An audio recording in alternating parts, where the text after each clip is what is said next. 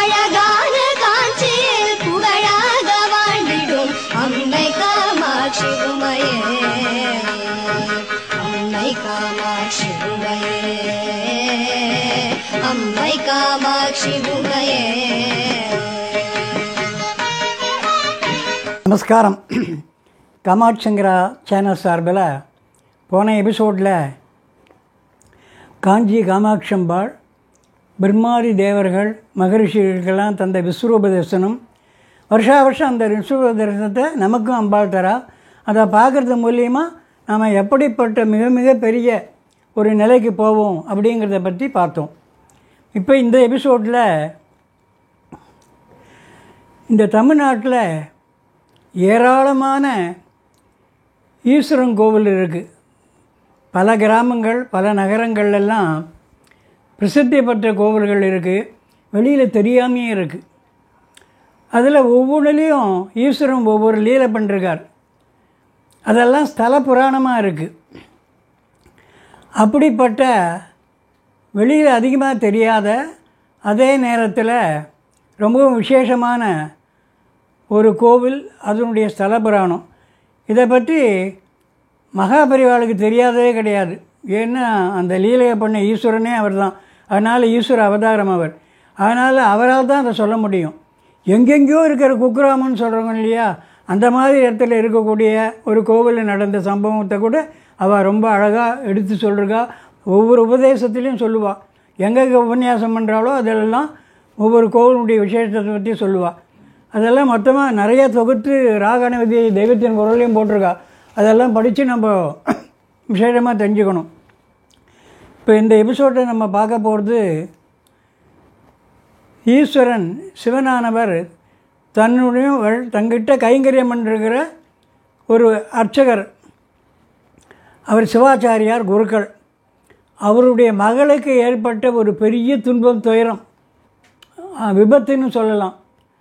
அதுலேருந்து அவளை அவர் எப்படி ரட்சித்தார், காப்பாற்றினார் அப்படிங்கிறத தான் இந்த எபிசோடில் பார்க்க போகிறோம். அதுக்கு முன்னால் நான் வழக்கமாக கேள்வியை கேட்குறேன். நம்முடைய இந்து மத தெய்வாம்சம் பொருந்திய ஒருத்தருக்கு மகாவீர் அப்படின்ற ஒரு பெயர் உண்டு. அந்த மகாவீர் அப்படின்னு சொல்லக்கூடிய அவர் யார்? இதுதான் கேள்வி. இதுக்கான பதிலை எபிசோடு முடிவில் சொல்கிறேன். சரியாக இருக்கா பார்த்துங்கோ. எபிசோடுக்குள்ளே போகலாம். அவள் இவள் நல்லூர் அப்படின்னு ஒரு ஊருக்கு பேர். இது தஞ்சாவூர் ஜில்லாவில் இருக்குது. இந்த ஊர் ஒரு சிவக்ஷேத்திரம் இருக்கிற ஊர். காவேரி தென்கரையில் இருக்கக்கூடிய ஒரு ஊர் இது. அவள் இவள் நல்லூர்னு பேர். அந்த ஊரில் இருக்கிற சிவபிரானுக்கு சாட்சி நாயகேஸ்வரர்னு பேர். அவர் சாட்சி சொன்னவர், அதனால் சாட்சி நாயகேஸ்வரர்னு பேர். தஞ்சாவூரில் நீடாமங்கலத்துலேருந்து தஞ்சாவூர் போகிற வழியில் சாலியமங்கலம்ன்ற ஊர்லேருந்து கொஞ்சம் தூரத்தில் இருக்குது அப்படின்னு சொல்லியிருக்கா. அதை பற்றி, அந்த ஊரை பற்றி. அந்த ஈஸ்வரன் கோவிலில் வருஷக்கணக்கால் முன்னோர்கள் காலத்துலேருந்து கைங்கரியம் பண்ணி வந்தார் சிவாச்சாரியார் ஒருத்தர், குருக்கள். அவருக்கு 2 குமாரதி, 2 பெண்கள். பேர் சொல்ல நம்மளே வச்சுக்கலாம் தெரியறதுக்கோசம். நம்ம ஒரு பேர் இல்லை, பெரிய பேர் லக்ஷ்மி, சின்னவ பேர் மகாலட்சுமின்னு வச்சுக்கலாம். இப்படி 2 பெண்கள். அந்த 2 பெண்களும் அழகாக இருப்பாள், ரொம்ப அழகாக இருப்பாள். கொஞ்சம் வித்தியாசம் உண்டு. பெரியவோ கொஞ்சம் சிகப்பு, கொஞ்சம் புஷ்டியாக இருப்பாள். இவ்வளோ கூட அவளுக்கு முடி கொஞ்சம் நீளமாக இருக்கும். ஒரு கொஞ்சம் வித்தியாசம். இது அவள் குடும்பத்தில் அப்பா அம்மாவுக்கு தெரியும். அவளை தினசரி பார்க்குற ஊர் ஜனங்களை கொஞ்சம் பேருக்கு தெரியும், யார் லட்சுமி யார் மகாலட்சுமின்னு. ஆனால் வெளியிலேருந்து யார் பார்த்தாலும் டக்குன்னு தெரியாது, யார் அக்கா யார் தங்கைன்னே தெரியாது.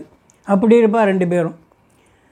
இவர் என்ன பண்ணுறார், குருக்கள் தன்னுடைய 2 பெண்களுக்கும் சிவாச்சாரியார் குடும்பத்தை சேர்ந்த 2 பேருக்கு கல்யாணம் பண்ணி கொடுத்து அமுச்சு வச்சுடுறார். அவள் புருஷனோடு அவள் புக்கத்துக்கு போயிட்டா. பெரியவருடைய புருஷன் கொஞ்ச நாள் கழித்து அந்த பொண்ணை ஆக்ஷன் லட்சுமி ஆக்ஷன் அவள் வீட்டில் பிறந்த வீட்டில் விட்டுட்டு காசி போயிட்டு வரேன்ட்டு போகிறான். அந்த காலத்தில் சில பேர் சின்ன வயசுலேயே கூட காசி போயிட்டு வருவா, போயிட்டு வந்துடுவாள். நீங்கள் பார்த்துங்கோ இவளை நான் காசிக்கு போயிட்டு வந்துடுறேன் அப்படின்னு சொல்லிட்டு காசிக்கு ஃப்ரெண்டு போகிறா. அவளை அமுச்சு வைக்கிறாள். சின்ன வயசில் இருக்கிறவெல்லாம் போயிட்டு ஜாக்கிரதையாக வந்துடுவான்னு. அந்த காலத்தில் காசி போகிறதுங்கிறது ரொம்ப ரொம்ப ரொம்ப கஷ்டம். ஏன்னா எந்த விதமான போக்குவரத்து வசதியும் கிடையாது. கொஞ்சம் கொஞ்சம் காசு இருக்கிறவா மாட்டு வண்டியில் கொஞ்சம் தூரம் போயிட்டு போவாளே தவிர மாறி மாறி போயிட்டுருப்பாள். மற்றபடி நடையாக தான் போவாள். ஆனால் ஒரு விசேஷம் என்னன்னு கேட்டால், அவள் போகிற இடத்துல ஒவ்வொரு ஊரும் அநேகமாக எல்லாமே கிராமம்தான். அந்த காலத்தில் ஒவ்வொரு ஊர்லேயும் இவர் காசிக்கு போகிறோன்னு சொன்னாலே போகிறோம், அவளை வீட்டில் இடம் கொடுப்பாள். இன்றைக்கி ராத்திரி இங்கே வந்து தங்குங்கோ, நம்ம வீட்டிலே சாப்பிட்டு போங்க இன்றைக்கி சொல்லிட்டு மறுநாள் எழுந்து குளிச்சுட்டு போகிறதுக்கு எல்லா வசதி பண்ணி கொடுப்பாள். இப்படியே அவள் ஒவ்வொருத்தராக போய் காசி போய் சேர்ந்துடலாம். ஆனால் வயசானவாளை பொறுத்தவரை என்னென்னு கேட்டால், காசிக்கு போனேன்னா திருப்பி அநேகமாக வரமாட்டாள். காசிக்கு போகிறதே மோட்சத்துக்கு அப்படின்னு ஆயிடுச்சு அந்த காலத்தில். அதனால் வயசானவாள்லாம் அப்படி தட்டி போனால்னா திருப்பி வரமாட்டாள். அப்படி வந்துட்டாள்னா அவளுக்கு இங்கே வந்து ராஜ உபச்சாரம்தான்.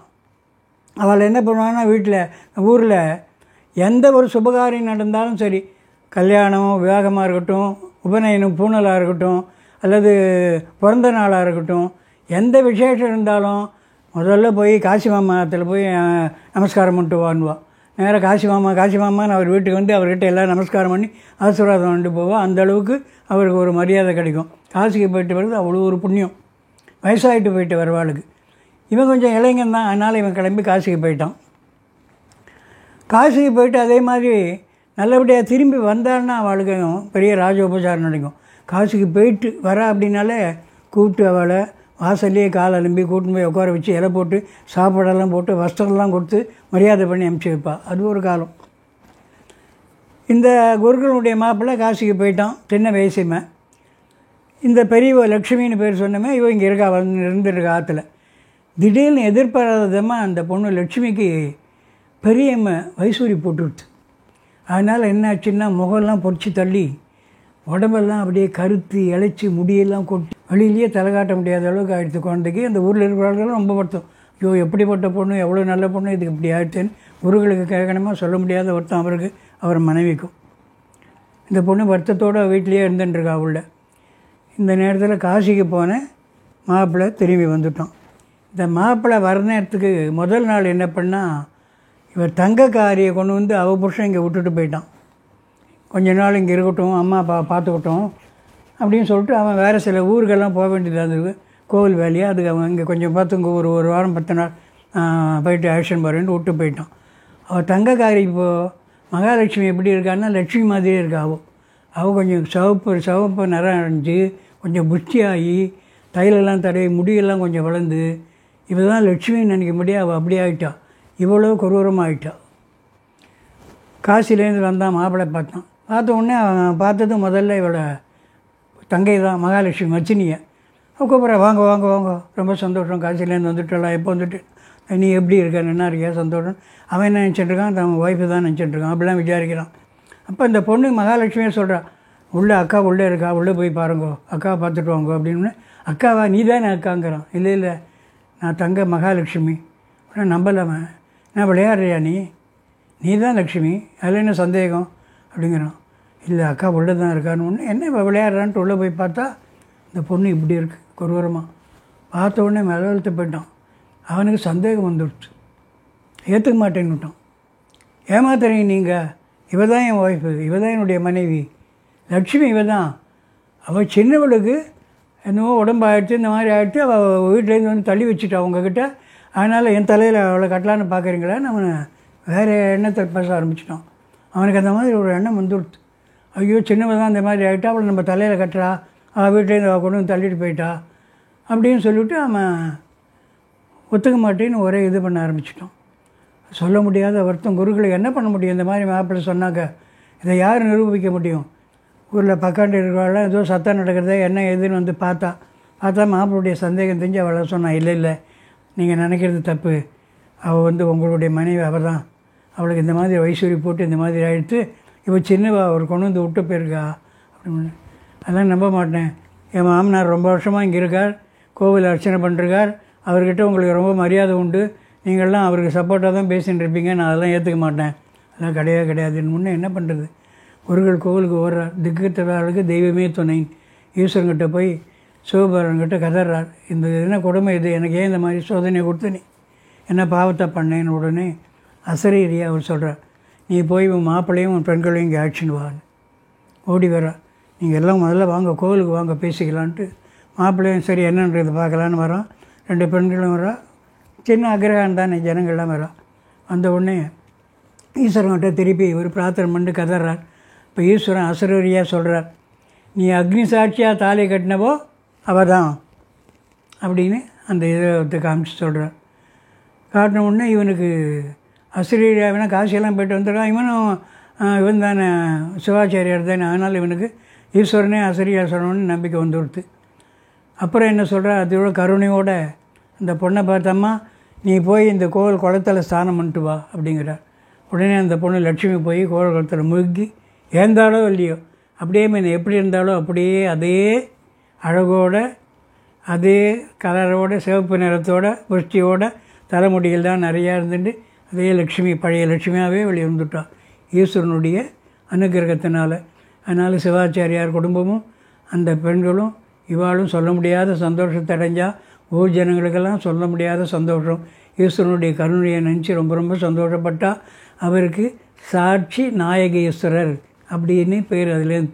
அதாவது அவரே வந்து சாட்சி சொன்னார், இவ தான் அவன் மனைவி, நீ தாலி கட்டின மனைவி இவ தான் சாட்சி சொன்னதுனால சாட்சி நாயகேஸ்வரர்னு பேர். ஸ்தல புராணங்களை பொறுத்தவரை ஸ்தல புராணங்கள் வாய் வழி செய்தியாக இருக்கும்.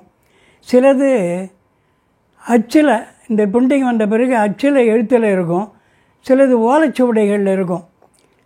இந்த ஸ்தலத்தினுடைய புராணத்தை பொறுத்தவரை மூலஸ்தானத்தில் சுவாமிக்கு பின்னால் சிற்பமாகவே வடிச்சிருக்கு அப்படிங்கிற அரிய தகவலை மகாபெரிவா சொல்லியிருக்காரு. இப்போ நான் ஆரம்பத்தில் கேட்ட கேள்விக்கான பதில் சொல்கிறேன்.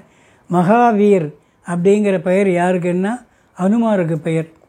நம்ம அனுமார் ஆஞ்சநேயர்னு சொல்கிறோம் இல்லையா, அவரை ஹிந்தி பேசுகிற பகுதியில் மகாவீர் அப்படின்னு சொல்லுவாள். ஜெயின மதத்தை சேர்ந்தவருக்கு மகாவீரர்னு பேர். அதே மாதிரி அந்த பேர் இவருக்கும் உண்டு, மகாவீர்னு பேர்.